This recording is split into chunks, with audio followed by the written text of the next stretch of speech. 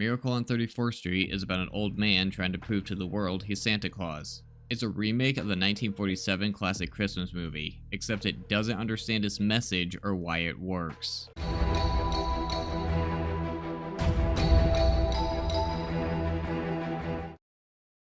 After Chris's arrest, they have this montage of people looking sad and Chris talking about how he's a symbol, although this remake screwed this symbol up. I'm not just a whimsical figure who wears a charming suit and affects a jolly demeanor, you know. What jolly demeanor? He's gotten visibly angry every time someone questions him. I know it's because the original Sawyer said Chris hit him because he questioned if he was really Santa Claus, but that was a lie. You would think the remake's writers would understand that. Also, these papers are showing that people no longer believe in Chris as Santa Claus and that they don't want anything to do with him anymore, which is not the point of this part of the original. The papers were used to show support for Chris despite what happened, because Gailey wanted people to know what was happening to Chris and people were pissed. There's even a scene of the case's judge's grandkids not wanting to kiss him goodnight because they were mad at him. You need to show the city's support for Chris to make the court scene later work. How do these writers not understand that? How is this movie so messed up? Anyway, Dory calls Brian and convinces him to represent Chris in his case. Having Dory convince Chris diminishes his character of believing in Santa, but whatever. At the courthouse, the district attorney, Ed Collins, because I guess he needs a name change too apparently, meets Judge Harper to have Chris committed on behalf of Victor Lambert, because this movie just needs a villain for some reason. Judge Harper is about to sign it, but Brian's perfect timing just so happens to stop him just in time, and he demands a hearing before Chris gets formally committed. Then Brian visits Chris to ask him why he failed his mental exam. Then why did you do it? The charges against you were dropped. Wait. If Victor Lambert's employees and Drunk Santa set him up to have him committed and the DA is in on it, why would they drop the charges against him? That doesn't make any sense. But Chris is too depressed to do anything until Brian convinces him to fight for himself. Even though the point... You know what? I'm so f***ing sick of this. These characters suck. Mr. Cole and the executives release a press release distancing themselves from Kris Kringle. The point of Mr. Macy continuing to defend Chris after the incident was to show that Mr. Macy still believed in him despite what happened. Even if his motivation was profit, it still showed that he still had faith in what Chris stood for. But this completely destroys that. Anyway, Dory gets pissed and tells them they need to believe in Santa Claus. So they just completely flip their stance and say they believe in Chris as Santa Claus. Which I guess gets all of New York City to flip their stance and believe in Santa Claus also. Because one CEO who not even 2 days ago said he wanted nothing to do with Chris anymore, all of a sudden saying he stands by him is completely gonna change the minds of an entire city. Do these writers know how human behavior works? Anyway, the court proceedings begin and Chris testifies that he believes he's Santa Claus. So Brian brings in a random kid to testify that he believes Chris is Santa Claus, which completely misses the reason for the child testifying. Fred Gailey had the prosecutor's son testify that he believes in Santa Claus and Chris is Santa, and that his father, the prosecutor, told him that Santa was real. The point of this, holy shit, how do you miss this? The point of this was to use the prosecutor's son against him to damage his case against Kris Kringle. Having a random child testify he believes in Santa and that Chris is Santa isn't going to do that. Next, Brian has the prosecutor's wife testify that he taught his children there is a Santa Claus, and that when they were at Kohl's, he told their kids that Chris was the real Santa. So they did understand it, but decided to use his wife instead. Then why the fuck did they waste their time with this child? This movie is stupid. Alright, they decided to adjourn until the next day. The next day, they continue with witnesses who testify on the church's and military stance on Santa, which causes Chris to have an outburst. But there isn't any way in which the gentleman can have seen my workshops. They're invisible. In the original, Chris was always calm and collected no matter what was said to represent his good nature and be a positive role model for children. How is he supposed to represent that if he's having outbursts in a courtroom? I don't care. Next, the prosecutor brings in a reindeer. Well, I'd like the court to see Mr. Kringle make the reindeer fly. Which just... God damn it, fuck this movie. After another outburst from Chris, the prosecutor says he should be institutionalized. But the way this movie has butchered his character, I kind of agree with him. Hey, you big jerk! Mr. Kringle's the nicest man in the world! He never hurt anybody!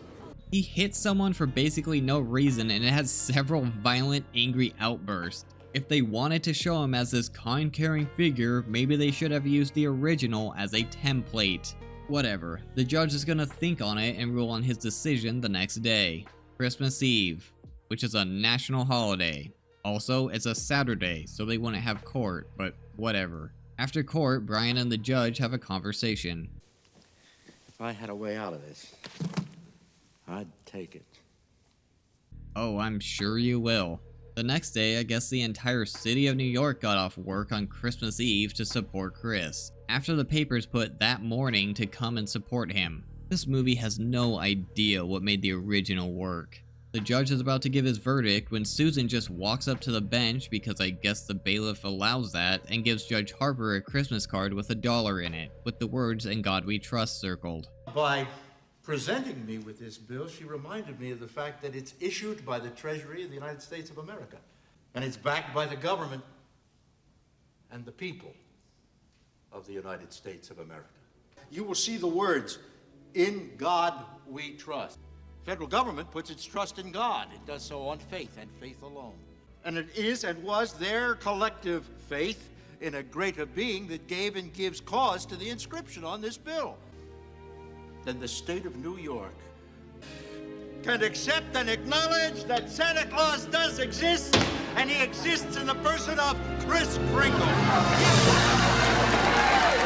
First, why is the judge making an argument for the defense? I'm pretty sure that's not how this works. Second, that's not how using the government's faith in something works. The reason the argument that the government recognized Kris Kringle as Santa Claus worked in the original was because a couple of mail workers decided that since they have one letter addressed to Kris Kringle at the courthouse, they might as well send all the letters addressed to Santa Claus to Chris at the courthouse. And by doing this action, the United States Postal Service, an organization of the federal government, officially recognized Kris Kringle as Santa Claus. They weren't saying because the government believes in something, then something else completely irrelevant must also be true. So unless Judge Harper is making the argument that the government can put "In God We Trust" on currency because they believe it, then any representative of any part of the government can claim that whatever they believe in is a fact in the eyes of the law, which isn't even why "In God We Trust" is on currency. It's on there because of the increased religious sentiment during the Civil War. The Union used the phrase to emphasize their faith in God and boost morale. Then in 1956, President Eisenhower made it the nation's official motto and mandated the phrase be put on all currency. And that's just what it is, a motto, not a declaration of what religious entity the United States government believes in. Whether you believe in God or not, it's not on there to say that it's okay to make legal decisions based on faith and not evidence. How the hell do the writers not understand this? Or if he's arguing that Kris Kringle as Santa Claus is God, this doesn't work. It doesn't work anyway because it's completely asinine.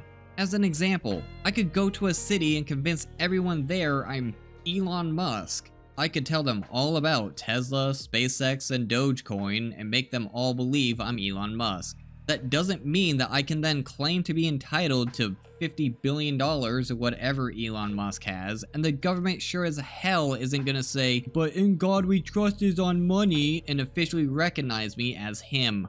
I know, claiming you're another real person and claiming you're a fictional character are two different things, but Santa Claus was modeled after St. Nicholas, who was a real person, so with the logic of this movie, I say fuck it, close enough. On top of all that, Judge Harper just took a bribe from a 6-year-old for $1. It's going to be returned to her shortly. I don't give a fuck. This entire scene is bullshit. So they let this guy, who has anger problems, is completely delusional, and I suspect might be schizophrenic, free. But Susan is still sad because she didn't get her house and family. Or maybe she's not. I don't care at this point. An evil rival, I don't remember his name, is mad because stupid villain crap.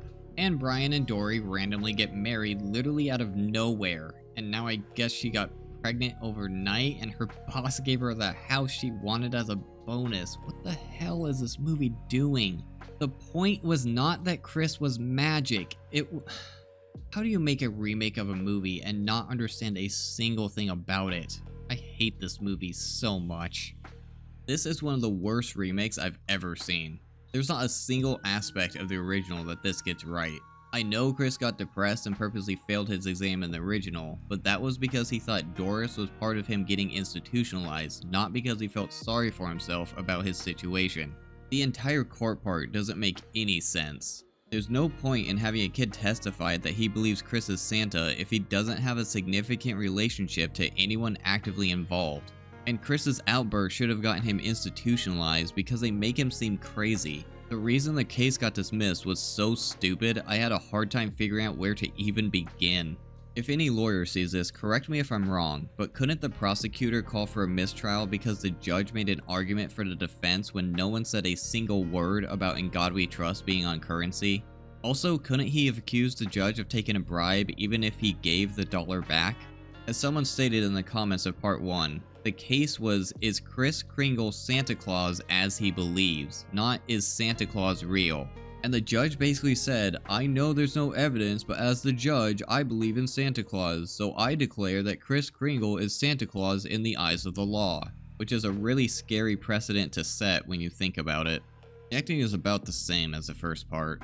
Dylan McDermott is alright as Brian Bedford. He's pretty good with the interactions with Susan and trying to get her more into the Christmas spirit, but him showing concern for the Walker family and Kris Kringle is not very believable. Elizabeth Perkins does not do a very good job as Dory Walker. I feel like she struggles to try to treat Susan like an adult, and she doesn't sound very believable when she's trying to motivate people to believe in Chris again. Well, if nothing else, this is a very good example of how not to make a remake, because if you're going to make a remake, you need to at least understand the original. If you want to see an uncensored version of this video, or any of my other videos, check out my Patreon. If not, I appreciate you watching my video here too. Don't forget to do the YouTube stuff, and thanks for watching.